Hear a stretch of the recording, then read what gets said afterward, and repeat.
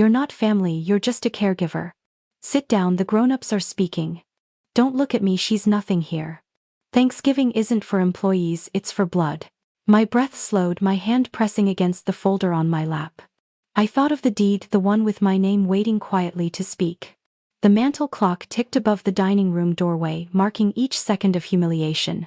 Stay, let the documents speak first. The table stretched long, a turkey at its center, steam rising from platters. My siblings gathered like judges, their eyes sliding past me with disdain. The smell of coffee drifted from the kitchen, mixing with roasted onions and sweet rolls. I straightened my shoulders and chose silence. They believed I was fragile, too quiet to fight back. I let them talk, voices overlapping with certainty as if loudness could erase my years of care. My mother once said, "Write everything down, honey. One day the papers will matter." I wrote, and the papers waited now in my folder. A cousin nudged another and whispered too loudly. "She doesn't even own anything." No voice, no claim.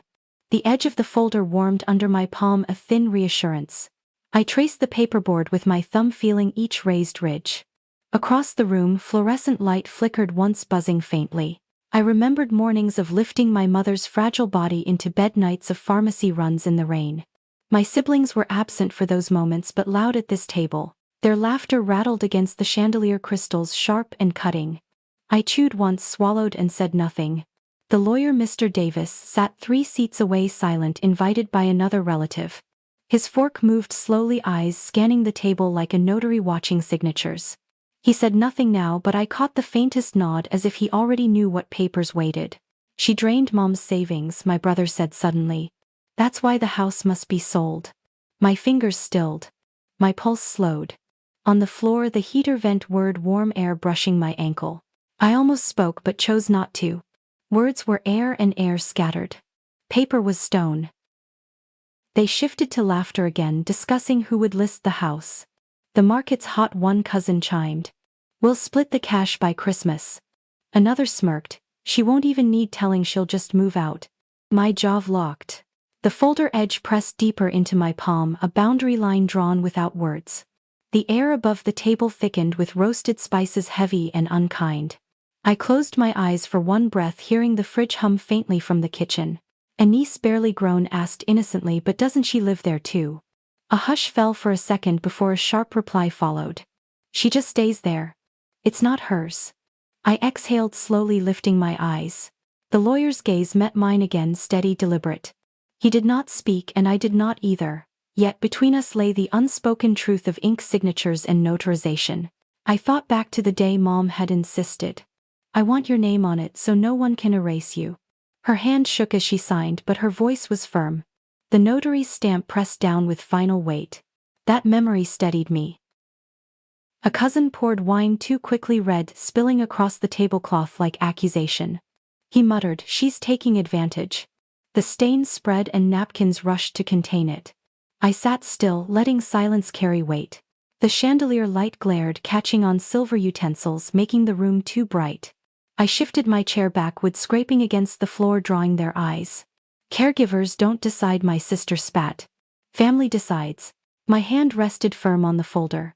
"We'll see," I whispered softly, almost to myself. The air smelled faintly of Lysol sprayed earlier across counters, sharp against roasted meat. I did not raise my voice. The house had heard my prayers, my mother's laughter, her coughs, her final wishes. These relatives had not. The paper knew, and it would speak. Silence for me was not surrender. It was preparation. The turkey cooled, voices carried, and still I stayed steady. I counted breaths with the mantel clock. Tick. Breathe. Tick. Breathe. In the doorway the light flickered again. My brother reached for pie, already declaring, "Once we sell, I'm taking my share to Florida." Their dreams built on air, and they thought I was powerless. But the folder warmed against my skin, waiting. I would not need a speech. The deed was the speech, and it never stuttered.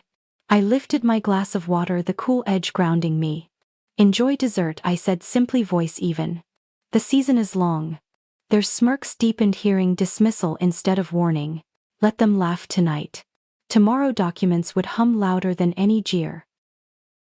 The room smelled again of coffee as the pot brewed fresh in the kitchen. My sister sneered, "She thinks she's important." I pressed the folder once more and chose silence again. Thanksgiving laughter carried down the hall, but my mind drifted backward. Their voices faded into the clink of forks, and in memory I heard the sound of my mother's voice instead. It was weak near the end but steady enough to ask me to pour tea. The kettle whistled, the porch rain tapped, and she looked up at me. "You've given me more than I can say," she whispered. That line became my compass even on nights when exhaustion bent my back. I had not planned this life. Once I worked in a clinic filing insurance slips under buzzing neon lights, but when her health faltered there was no one else. My siblings called often at first, promising to rotate visits, yet the calendar stayed empty. I learned the rhythm of medications, the timing of breathing machines, and the patience needed to fold a body into bed. My paycheck shrank, but the hours I gave her swelled beyond measure. Every receipt told the story they ignored. Prescriptions, groceries, repairs to the house so she could age in safety. The furnace broke one January and I called a neighbor, an HVAC tech, who fixed it cheap but firm. I wrote the amount on lined paper, tucked it into a folder, and paid cash. My siblings never noticed the warmth when they visited months later. The air vent whir at night was a quiet hymn of survival. They believed care was invisible work. To them, family duty should not carry weight on deeds or documents. Yet invisible things leave heavy marks. My mother noticed. She watched me scrub floors, balance pills, and stretch my arms to hold her upright. She smiled faintly once and said, "You live in this house as much as I do." The day we met the notary, the sun glared through blinds, lines striping the table. She insisted on signing while she could still hold a pen. Her fingers trembled, but determination stiffened her wrist. The notary stamped once, the sound sharp as a gavel. She looked at me, then voice soft. "This protects you. They may not like it, but they can't undo it." Now, sitting at that crowded Thanksgiving table, I carried her words like armor. My siblings saw me as a shadow in the corner, but the house itself carried my name. They laughed about Florida condos while my pulse slowed steady, waiting for the right page to open. I studied them across the table. My brother wore a pressed shirt, his gold watch gleaming under chandelier glare. He hadn't visited when the water heater burst yet, now he gestured like an owner. My sister scrolled her phone between bites, sighing dramatically about mortgage rates. She never once rolled my mother's wheelchair across the hall. They had status, jobs, and the arrogance of distance. I had only evidence. The smell of turkey darkened with gravy heavy in the room. I pushed food around my plate, appetite gone. My niece glanced at me again, curious, perhaps sensing the imbalance. I offered a small smile, no words. She would see truth soon enough. Siblings underestimate silence. They think quiet means powerless, that no argument means consent. I learned instead that silence is a gathering storm. Each log, each receipt, each notarized line added weight to my stillness. I thought of one night weeks before when the coffee percolator burped in the kitchen. I sat with papers spread around me, electric bills, medication invoices, and finally the deed. My mother's signature curved beside mine. I held the page to the lamplight, glowing through faint fibers. Proof is not loud. Proof waits. They tried to erase me because erasure came easy in their minds. I was just a caregiver, and caregivers are replaceable. But this house carried memory in every room. The walls heard her cough, her laughter, her final prayers. You cannot erase the sound of a life lived together. Tonight's threat was real, though. If I stayed silent forever, they might bulldoze her wishes under talk of quick profits. They could push buyers before New Year, leaving me with no roof. That risk burned sharper than insult. Still, I knew the rhythm of patience. Documents do not hurry. They wait for the right witness, the right silence. Mr. Davis, the lawyer at the table, lifted his eyes once more. He had said nothing yet, but his presence steadied me. He knew clauses and he knew timing. My sister leaned across, laughing. "We'll sign papers Monday, list the house Tuesday." Done. The word done times fell heavy but not final. She assumed my consent was absence, but absence is not agreement. The grocery neon buzz I remembered from my clinic days came back faintly in thought, how paper slid across counters, signatures anchoring futures. I remembered learning that a date and an initial meant more than a loud promise. That lesson would echo tonight. I rubbed the cool edge of my water glass, grounding myself. The heater vent clicked on again, warmth across my ankle. My patience stretched, but I felt no panic. They were rushing into the illusion of control. I carried the reality. What was at risk was not just shelter but dignity. If they stripped me from this table, they stripped years of sacrifice, hours, unseen love given without measure. And if they succeeded, it would confirm their belief that care holds no weight in law or memory. The folder on my lap grew heavier with each joke, each smirk. Inside lay not anger but facts. Inside lay the voice of my mother preserved in ink. Would I speak now or let them build higher walls of arrogance? The question beat in my chest. Speak and end it, or wait until the room could no longer deny me. My fingers tapped the folder once like the mantel clock above, keeping time. I breathed slow, counted again, and chose patience. My silence was not weakness, it was strategy. Every jeer added value to the moment when the deed would surface. Enough pretending, my brother said. You don't belong in this decision. I belong here, I answered. I lived the days you skipped. Care doesn't equal ownership, my sister snapped. Don't confuse chores with rights. Then let the paper answer, I said. Not your volume. Forks clicked in a restless rhythm beneath the chandelier's glare. I set the folder on the tablecloth and smoothed a wrinkled corner. Light bounced off spoons, theatrical and cold. Coffee drifted from the kitchen doorway, calm against the rising heat. Show us your little list, my brother said, smirking at the word list. End this charade. I drew the top page free, the first sheet of my care logs. Paper rasped softly, a sound steady as breath soothing my pulse. My palm cooled against the sweating water, glass condensation dampening the cloth. Above us the dimmer stuttered, once pulsing like a warning light. Receipts aren't love, my sister said, bracelets chiming as she leaned forward. They prove nothing. They prove her life had witnesses, I replied. And that I carried weight. I lined up 3 pharmacy receipts, dates facing them like small clocks. A grocery ledger followed, then the HVAC invoice from January's furnace breakdown. The heater vent whispered a sigh at our ankles, as if remembering the night it failed. My niece counted the months softly, then looked still and uncertain. You cherry-picked, my brother said. Everyone here bought groceries once. Big deal. Not during blizzards, I answered. Not when the oxygen tube kinked at midnight. Chairs scraped closer. A cousin squinted, holding his phone to cast light over the invoices. The screen's white glare bled across numbers like cold moonlight. Silence thickened as they studied dates, unwilling to meet my eyes. The fridge hummed steady in the kitchen like a low hymn of resistance. Dining room chairs angled around a table too long for kindness. I placed the black notebook in the center, spine aligned with the runner. If they lie now, the timestamps will carry their own voices. Heat rose across my wrists, but my voice stayed level. Read the months before deciding, I said. Mr. Davis, the lawyer, reached for the notebook, setting his fork down. His finger traced one column, lips moving slowly. These are contemporaneous, he said softly. Dated, sequential, unaltered. The room's noise dropped to a thread. The lawyer ate too much turkey, my brother joked, his laugh weak. He's reading, I said. Reading is not defending. Reading is truth in order. I slid out a printed email, Mom asking me to schedule therapy, naming me directly. The subject line glared in chandelier light, her words visible even from across. My sister shrugged, unimpressed as cinnamon from the pie sweetened the air. We're not debating her kindness, my sister said. We're deciding the house. The house holds these dates, I said. Homes remember through bills and breath. My niece tilted her head. What about the bank slip? I nodded, pulling it free, a deposit with my initials. She needed a ramp, I said. Lumber cost more than planned. The wood grain pressed faintly into my wrist. You were buying influence, my brother shot back. That's what this looks like. I was buying lumber, I replied. So her knees met fewer stairs. He pushed from the table, chair legs shrieking against wood. Light fractured in the chandelier, scattering like shattered glass.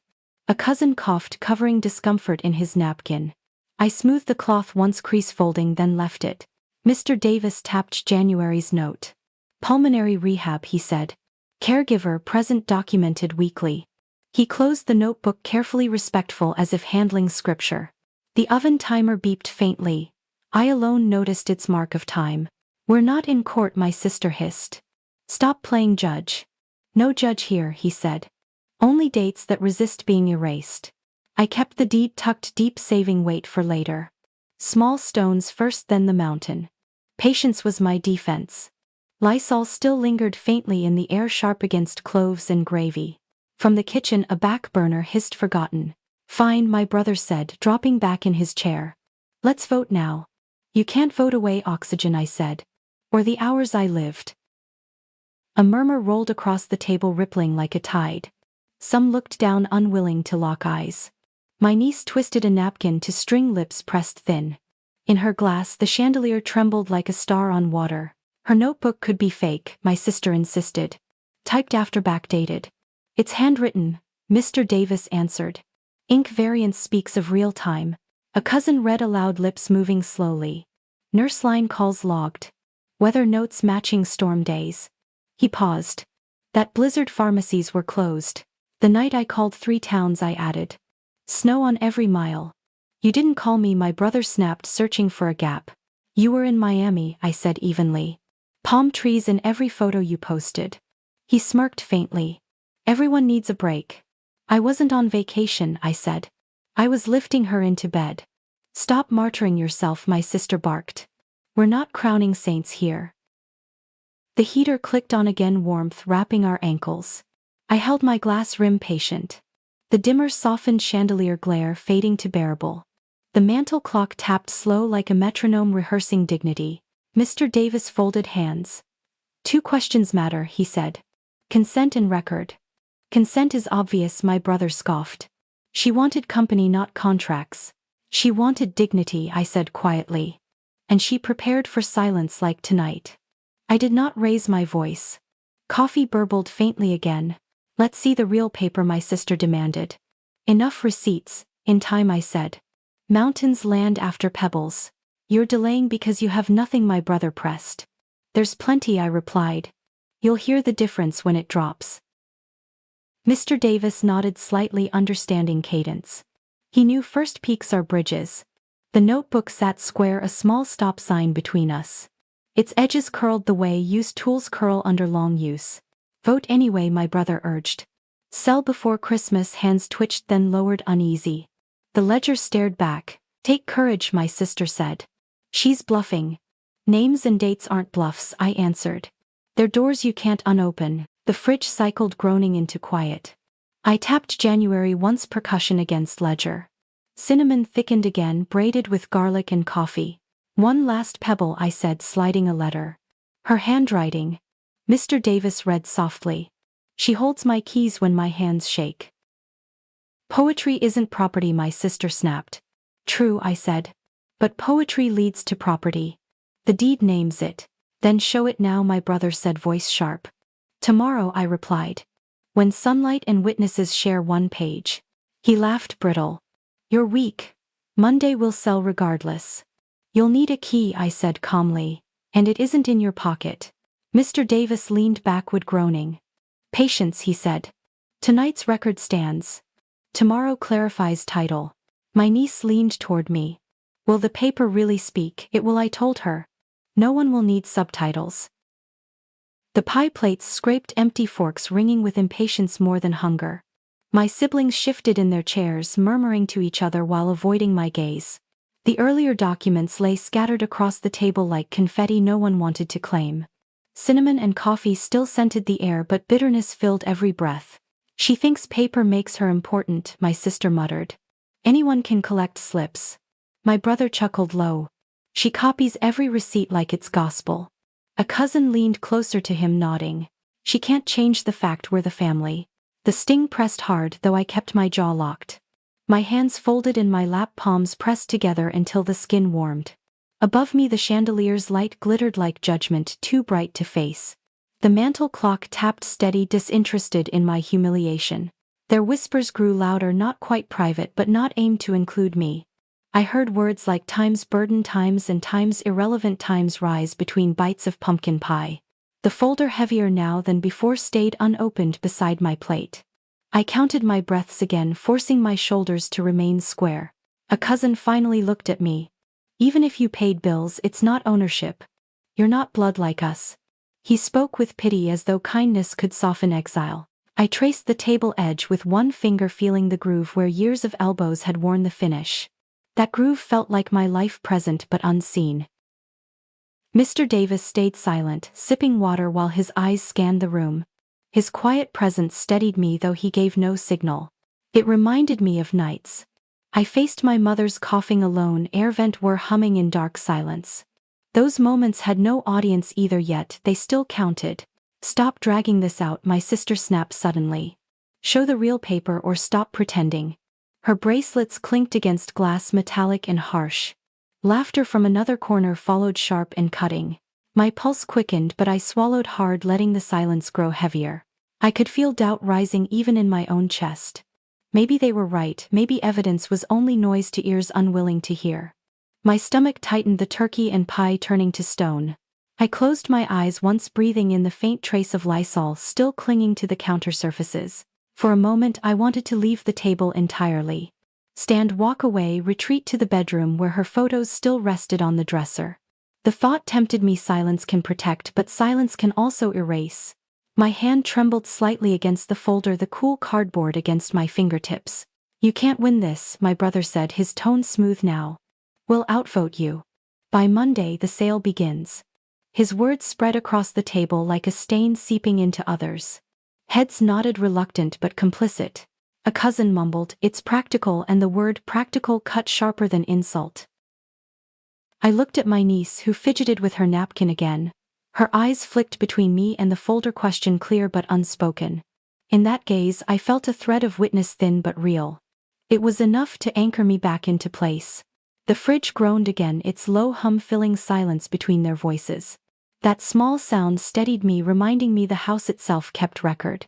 Every hum, every sigh of its vents bore witness where people would not. I finally spoke, voice level but quiet. You may laugh now. But deeds don't laugh. They record. The words fell like stones into water, rippling out.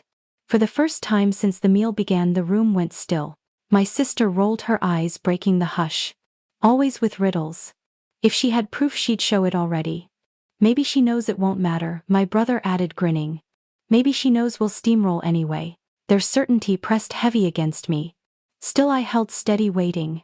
The folder stayed closed because timing mattered more than pride. My mother's words echoed faintly times, "Write it down, honey. One day they'll have to read." Asterisk. Someone muttered from the far end, voice almost lost under clinking silver. Then let's see whose name is really there. The line carried through the table, igniting fresh whispers. Heads turned, eyes narrowed, curiosity cutting through arrogance. That whisper planted something the laughter could not erase. It was the first seed of doubt among them, a seed I would let grow. I sat back slowly, hands folding again. The chandelier light caught my glass, glinting once before fading. I whispered softly, "Time has its own witness." I opened the folder slowly, sliding its weight onto the table. Pages fanned out like wings, edges soft from years of handling. The family fell quiet, their earlier whispers giving way to a watchful hush. The heater vent sighed beneath the table, warm air brushing my ankles as if urging me forward. The first paper I chose was a pharmacy receipt. I laid it flat, ink faded but clear enough to show dates and totals. This was December, I said. Oxygen refills 2 nights before Christmas. My brother leaned closer, face tight, then leaned back with a smirk. "Anyone can buy oxygen," he muttered. "Not everyone drove through snow to get it," I replied. My voice held steady but my heart thudded in my ears. I added a second receipt, then a third, a timeline unfurling across the table. My niece leaned closer, lips moving as she read the dates. Her hand stilled when she realized how close the receipts sat, only days apart. My sister waved a hand. "We're not here for scrapbooks. Show something real." "Scrapbooks don't keep people breathing," I answered quietly. I reached deeper and pulled out the HVAC invoice, the one for January's frozen furnace. Its creases still held a faint smudge of ash from that night. "The house would have frozen," I said. She couldn't move from her chair. Mr. Davis, silent until now, adjusted his glasses. His eyes scanned the invoice, finger pausing over the date. "The storm was January 16th, he murmured. "This lines up." His confirmation was quiet, but it cut sharper than any insult. My brother scoffed. "He's sentimental. Anyone can make up paperwork." His voice was loud, defensive, but his eyes betrayed unease. The air smelled faintly of cinnamon from leftover pie, sweet but heavy. I set out a grocery ledger next, pages filled with neat columns. Milk, eggs, medications, cleaning supplies, all written in my hand. My sister snorted. So you cooked? Congratulations. Not just cooked, I said. Prepared meals so she could swallow safely. Every note marked for that. I tapped the margin where a doctor's initials verified diet adjustments. Mr. Davis leaned closer again, eyes narrowing as he read.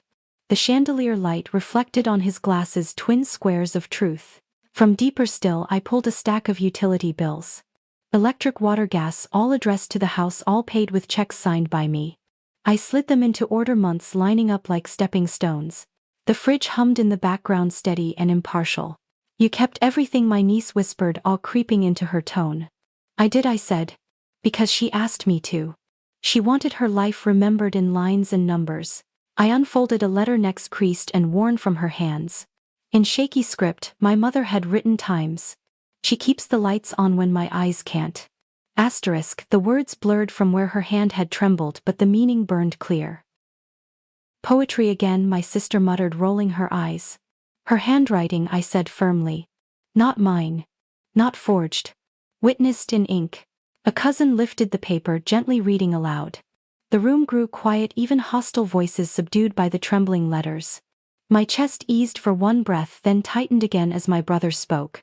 It's touching, but sentiment doesn't prove ownership. Ownership. That word pressed into the table like a stamp. I said nothing, only added another page, an email printed in black and white. Subject line: times, therapy appointments confirmed. Caregiver me. Asterisk, my name spelled clearly, undeniable. Mr. Davis nodded again, folding his hands before him. Her words, her confirmation. Records match. His tone was careful, not theatrical, but enough to shift the current. The air vent words softly, filling silence as my siblings exchanged glances. Some shrugged, others frowned. My sister leaned back, arms crossed, lips pursed. She wanted dismissal, but the room had grown heavier. I gathered the receipts, aligning them again. This isn't one note, one bill, one favor. This is years. Care isn't a story told after it's recorded, while it's lived. You're wasting time, my brother said. We all know what matters is the deed. You don't have it. His words landed, but I didn't flinch. The deed waited, but tonight was about foundation. You cannot build a mountain without laying stones. The mantle clock ticked, each second lengthening the pause before my answer. You want everything at once, I said finally. But time doesn't work that way. She gave me trust, one day at a time, one record at a time. These are those days. Laughter flared again, brittle and defensive. Yet the cousin with the napkin twisted between fingers spoke quietly. Dates don't lie. They're hard to argue with. His words barely rose above the hum of the fridge, but they landed. I placed a final page onto the stack, a note scribbled in pencil. Asterisk. Keep the house safe. She belongs here as much as I do. Asterisk. My breath caught even now, reading it aloud. My sister exhaled sharply. Enough sentiment. Enough slips. If you had proof, real proof, you'd show it already. I let her words hang in the air, not fighting, not breaking. My silence now was not surrender but rhythm. The paper spoke louder than any shout. Mr. Davis cleared his throat softly, breaking the tension. I'll say only this. Documents do not vanish because voices grow louder. They remain. He folded his hands again, gaze settling on me with quiet assurance. The room smelled suddenly of reheated coffee, sharp and bitter. My hands flattened the folder once more and I sat straighter. The record has begun, I said. You may laugh, but the line is drawn. They didn't understand yet. But the mountain waited. Sign tonight, my brother ordered. Stop delaying. We all agreed. I never agreed, I said. You voted without me present. You don't count, my sister cut in. You're not on the house. Then let's read, I said, and see who is. The chandelier glared overhead, crystals scattering white light across the table. Coffee steamed from a cup left untouched, its bitter scent drifting in slow curls. The folder sat before me, thicker than their patience, heavier than their mockery. My fingers traced its edge once before sliding the deed free. The paper was stiff, corners worn by rereading. I placed it flat on the table, then pushed it toward the center. Its weight felt larger than its size, a thin mountain landing without sound. The mantel clock ticked once, twice, steady as my breath. Dining room lights buzzing faintly against the ceiling. I placed the deed where all could see. If they deny now, ink itself will testify. Heat gathered under my collar, but my voice stayed calm. Please read the second line aloud, I said. Mr. Davis reached forward, glasses low on his nose. He scanned, then read softly. Owner Margaret Thompson. Co-owner Anna Thompson. His finger tapped the line again, deliberate, steady. Recorded and notarized on the 15th of June. The room froze. My sister's bracelets stilled against her wrist. My brother's mouth parted soundless before anger found him. That's fake, he barked. You tricked her. She was sick. No trick, I said. Her hand shook, but her will did not. The notary sealed it. Date, initials, stamp. My palm rested lightly on the page. You can't just walk into ownership, my brother growled. You're not blood like us. Blood doesn't repair furnaces, I replied.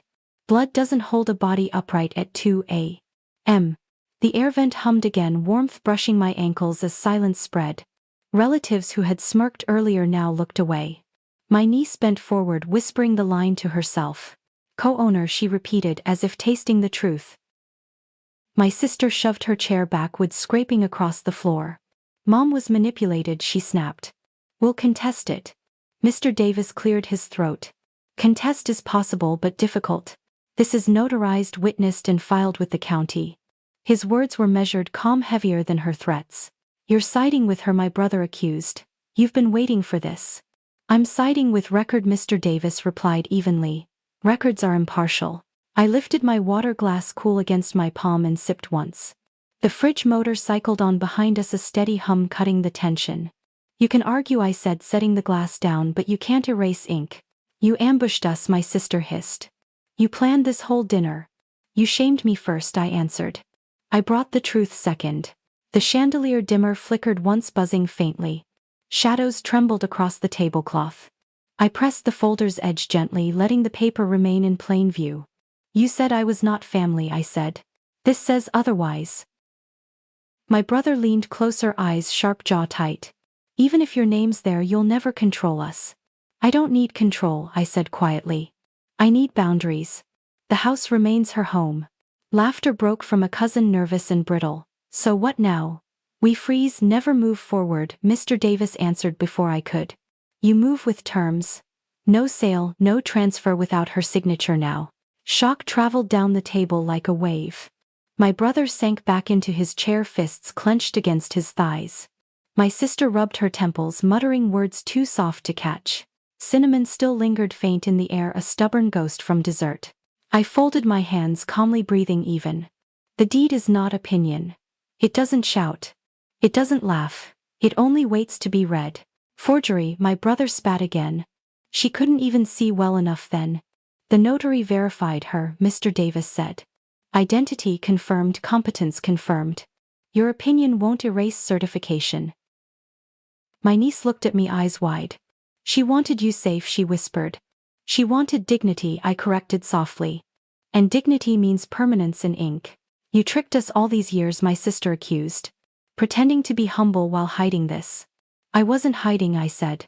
I was waiting. You mocked me before pie was served. I chose patience. The heater clicked louder, air rushing stronger as though siding with me. The tablecloth shifted slightly from its force, edges lifting and settling. My brother grabbed the deed, suddenly holding it up like evidence in reverse. Not valid, he shouted, waving it once. Mr. Davis reached calmly, retrieving it before damage could come. This is property of record, he said firmly. Respect it. The room went tense. Relatives shifted uneasily. A cousin whispered, maybe we should pause. My sister shook her head furiously, but her voice faltered. You won't win, my brother muttered, quieter now. Even if this slows us. I've already won, I said. Not by beating you, but by being recognized. The chandelier crystals swayed, faintly scattering light like tiny verdicts. Coffee scent deepened as another pot brewed in the kitchen. My niece whispered again, co-owner, and the word no longer wavered. You're still not real family, my sister said, finally, voice tired. I pressed the folder, closed the deed inside once more. Family isn't insult or volume, I said. Family is care, and care is recorded. The mantel clock ticked, filling silence. No one answered immediately. Mr. Davis kept the deed in hand, resting it carefully on his side of the table.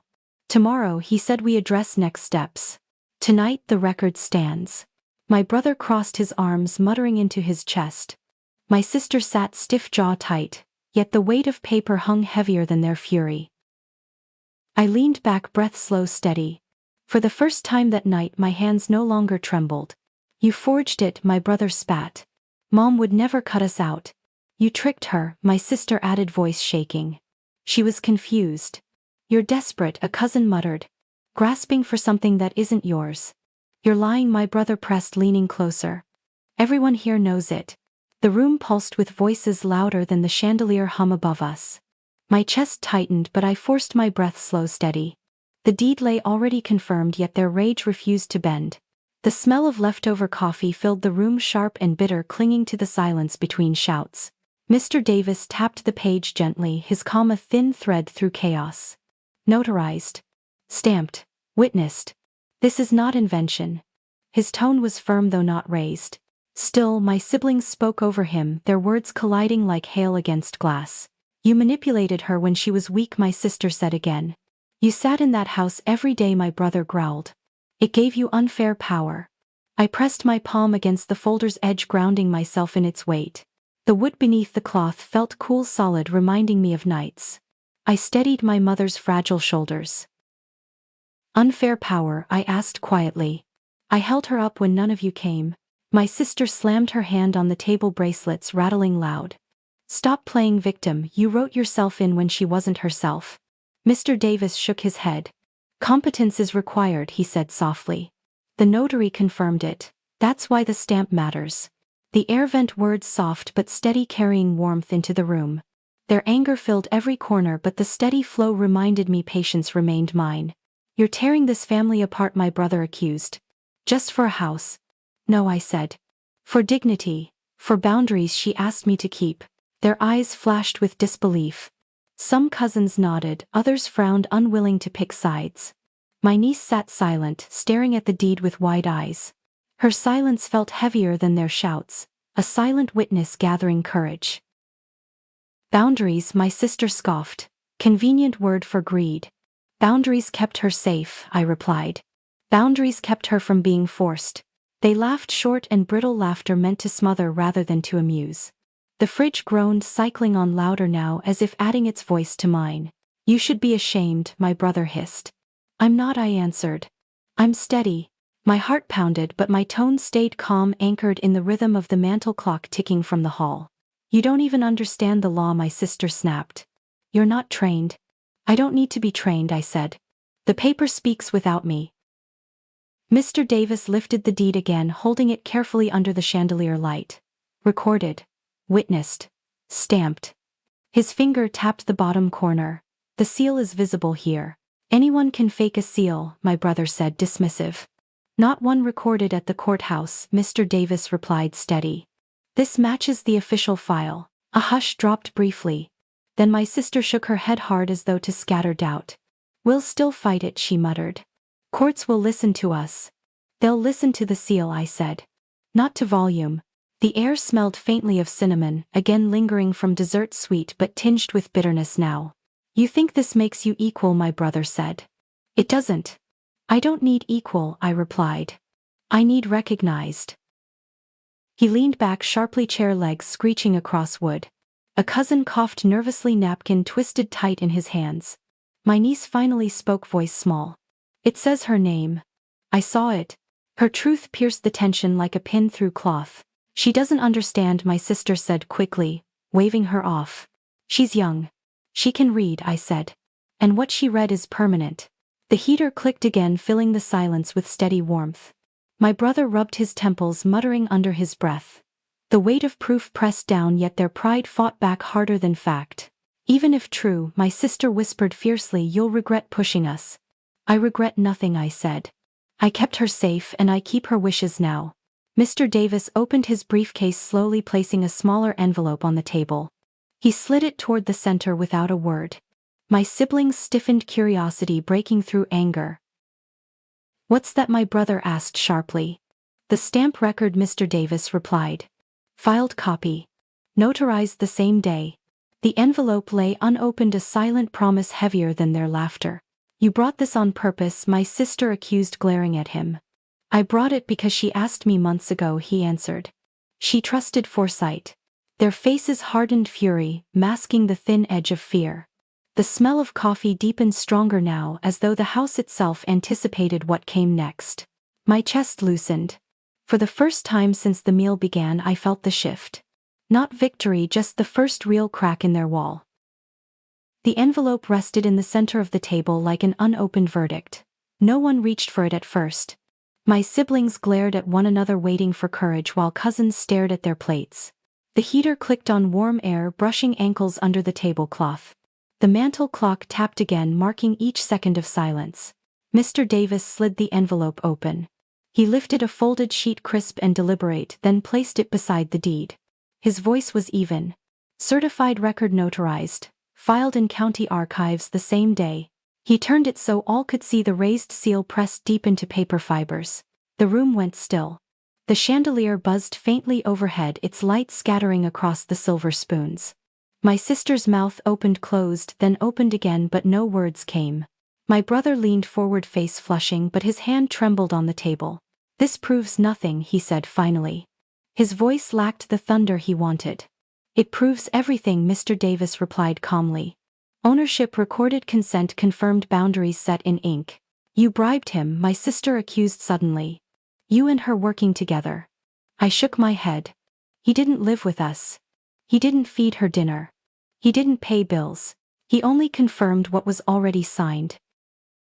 "Forgery," my brother snapped again, desperate now. "Forgery requires a false witness," Mr. Davis said. "I was the witness." The words landed like stones. A cousin coughed, napkin twisted between his hands. My niece whispered to herself. "Her name is there. I saw it." She repeated it again, firmer this time, louder. "Her name is there." Coffee percolated fresh in the kitchen, its rich scent drifting slowly into the room. My chest loosened with each breath of it, steady now. I pressed my palm against the folder, then released it, letting the deed rest open for all. "You won't silence us," my brother said. "You won't shut us out." "I don't want silence," I answered. "I want respect. I want boundaries." "Boundaries," my sister mocked. "Convenient word for greed." "No," I said evenly. "Boundaries are the only way dignity survives." The air vent hummed again, the sound soft but firm. Their voices faltered against its steady breath. Mr. Davis tapped the deed gently. "This is no longer debatable. Sale requires both signatures. One cannot erase the other." "You'll regret this," my brother muttered. "Families break over things like this." "Families break when dignity is ignored," I replied. My voice was quiet, but it carried. Relatives shifted in their seats. A cousin who had laughed earlier cleared his throat and murmured, "Maybe she's right. Maybe we should respect it." My sister shot him a glare sharp enough to cut glass. Still he lowered his gaze, unwilling to retract. The chandelier light caught my water glass, reflecting across the table like a beacon. I sipped once, grounding myself in its cool touch. The bitterness of earlier insults began to dull. "You'll use this house to lock us out," my brother accused. "No," I said. "This house stays a home. Not a weapon, not a prize." They exchanged glances, searching for unity, but unity had fractured. My niece lifted her chin. "She was here," she said. "Every day. I saw it." Her voice trembled, but it carried across the table. "You're too young," my sister said quickly, trying to dismiss her. "Old enough to read," she answered firmly. "Old enough to remember." The fridge hummed again, louder now, almost insistent. It was as if the house itself demanded record. I let silence expand before speaking. "You told me I was not family," I said slowly. "Tonight the record says otherwise." My brother slammed his palm down hard. Plates rattled, silver shivered. "You'll pay for this," he growled. "I already paid," I said. "In years and hours in care." "You think you've won," my sister hissed. "But we'll find a way." "No," Mr. Davis said, cutting her off. "The way is closed. Deed and record stand. Tonight recognition is final." The mantel clock tapped once more. Its sound stretched, filling the silence after his words.